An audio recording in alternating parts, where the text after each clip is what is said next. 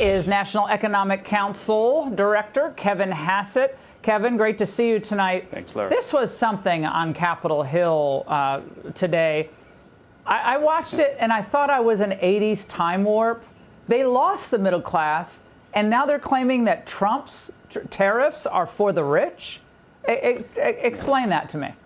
Yeah, it doesn't make any sense at all. And I got to say that I'm so honored to be part of a team with people like Treasury Secretary Scott Bessent.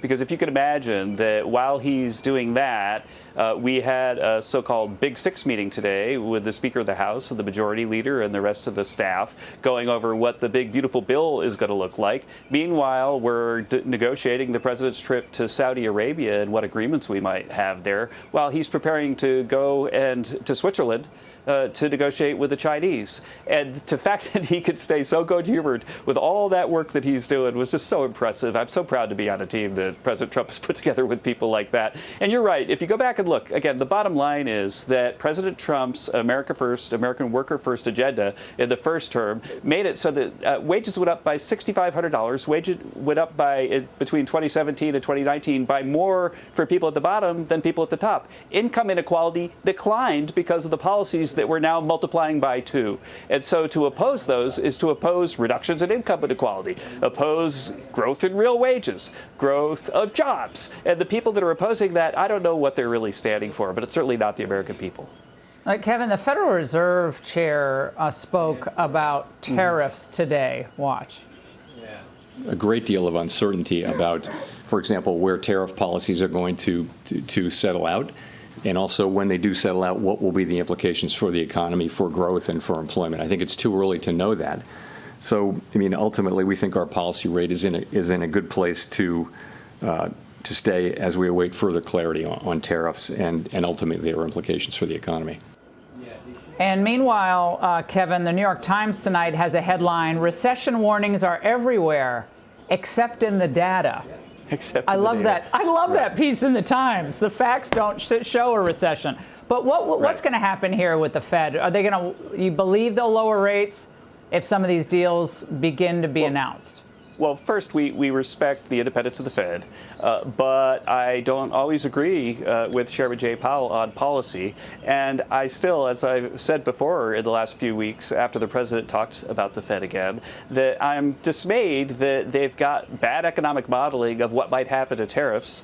They said, you know, if you look at the Wall Street folks, they're saying that the tariffs are going to crater the economy. Meanwhile, we got really strong jobs, and we don't have the inflation that they said was going to happen. And so to have the Fed out there job-owning against the president's policies, they didn't do that when Joe Biden was printing money and spending it and creating 20% inflation. And so it just makes me wonder about, like, what's wrong with their models or what's wrong with their politics. Well, do you, in your heart of hearts, do you believe that Jay Powell is acting more politically than economically in his I won't comment directly on Jay Powell, but I do know that there's a committee at the Fed right now that's been appointed mostly by Biden people, and they have a worldview that's inconsistent with the facts of the previous term.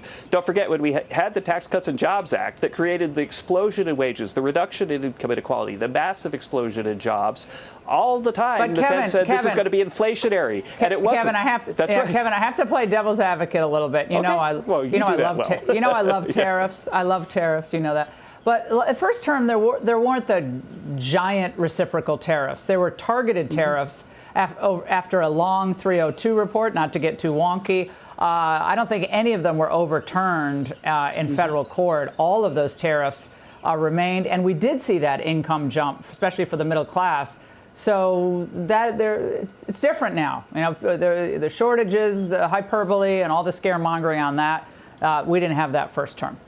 Well, the scaremongering is happening now, but I can tell you that I get real-time data every day on whether there are shortages, and I can report that there are still plenty of things on the shelves. There were a couple of weeks where shipping from China was lower, but now shipping from a lot of other countries is going way, way up. So people don't have to be worried about what the scaremongers are saying. These policies are onshoring jobs, onshoring production. You can see it in the jobs data. You can see it in the explosion in manufacturing jobs already, even before the tariffs came in.